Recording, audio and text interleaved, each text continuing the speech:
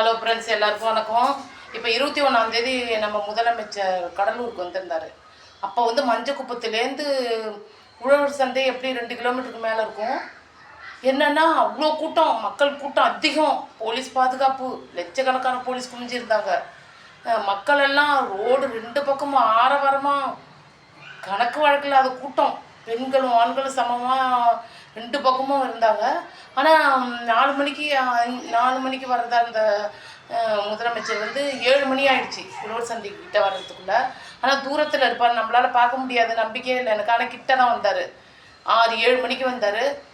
கிட்ட தான் பெண்கள் பக்கமாக தான் அப்படி காரை ஸ்லோவாக போனது. பாதுகாப்புக்கு 4-5 காரு, அது உள்ளார பெரிய பெரிய யாரோ அதிகாரிங்க முக்கியமானவங்க தான் இருந்தாங்க. அப்போ நான் என்ன சொன்னேன்னா, உங்களை பார்க்கறதுக்கோட மட்டும் இல்லாமல் விலைவாசியை குறையுங்கள் அப்படிங்கிற ஒரு விஷயத்த நான் சொன்னேன். கிட்டே போய் நிச்சயமாக அவர் பார்க்காம இல்லை, நான் முன்னாடி நின்னா அவர் என்னை பார்த்தாரு. அங்கே இருக்கிறவங்க அத்தனை பேரும் பார்த்தாங்க. முதல்ல அவங்கள பார்த்து கையசைக்கல. நான் விலைவாசியை குறையுங்கள், மக்கள் உங்கள் பக்கம் இருக்கணும்னா நீங்கள் விலைவாசியை முதல்ல குறைங்கன்னா.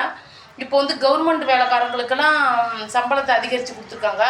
அவங்களால கூட இந்த விலைவாசியில் வாழ முடியாது. படிக்க வச்சுக்கிட்டு டாஸ்மாக் போயிட்டு அதுக்கப்புறம் பிள்ளைங்களை படிக்கிறதுக்கெலாம் நிச்சயமாக பத்தாது. யாருக்கு அதிகமாக பணம் போய் சேருமோ அவங்களுக்கு போய் சேரல. என்னென்னா விவசாயிங்க ராப்பகலாக அவங்க அதை அறுக்கிறதுல விதைக்கிறதுலேருந்து அறுத்து முடிக்கிற வரைக்கும் அவங்க நிம்மதியாகவே இருக்க முடியாது, வயலில் தான் கிடக்கணும். அப்போ அவங்களுக்கு பணம் அதிகமாக போய் சேரணும். ராப்பகலாக மக்களை வந்து கொண்டு சுமக்கிற கண்ணு முழிச்சிட்டு இருக்கிற பஸ்ஸு டிரைவருங்க எவ்வளோ பேர் ராப்பகலாக உழைக்கிறாங்க. அவங்களுக்கு வந்து அதிக பணம் போய் சேர மாட்டுது. நீங்கள் அவங்களுக்கெல்லாம் சம்பளத்தை கொஞ்சம் உயர்த்தி கொடுங்க. இது அன்பான வேண்டுகோள் தான், அதிகாரம் கிடையாது.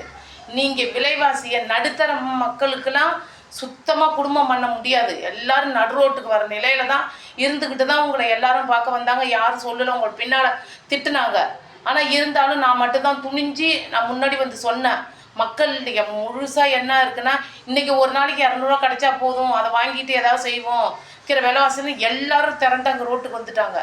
மக்கள்லாம் என்ன நினச்சிக்கிட்டு இருக்காங்கன்னா, நீங்கள் விலைவாசி குறைப்பீங்க, குறைச்சிங்கன்னா நிச்சயமாக நீங்கள் திரும்பி ஆட்சிக்கு வரலாம், உங்களை எல்லாரும் ஆதரிப்பாங்க, பெண்கள் எல்லாம் உங்கள் பக்கம்தான் இருப்பாங்க. நான் வேணும்லாம் சொல்ல. இப்போ மக்களுடைய அதாவது கவர்மெண்ட்டில் கிடைக்கிற எந்த உதவித்தொகையும் எங்கள் பசங்களுக்கு நான் வாங்கலை. தாலி கொடுக்கறது இதெல்லாம் எதுவுமே நான் வாங்கலை. இருந்தாலும் மக்களுக்காக தான் நான் சொல்கிறேன். நீங்கள் நிச்சயமாக மக்களுக்காக விலைவாசியை குறைங்க, நிச்சயமாக நீங்கள் திரும்பி வரலாம், வருவீங்க. இப்போதைக்கு மக்களுடைய வாழ்வாதாரம், விலைவாசி, இதெல்லாம் நீங்கள் விலைவாசியை குறைக்கணும். நிச்சயமாக மக்கள் எல்லாம் உங்கள் பக்கம்தான் இருப்பாங்க.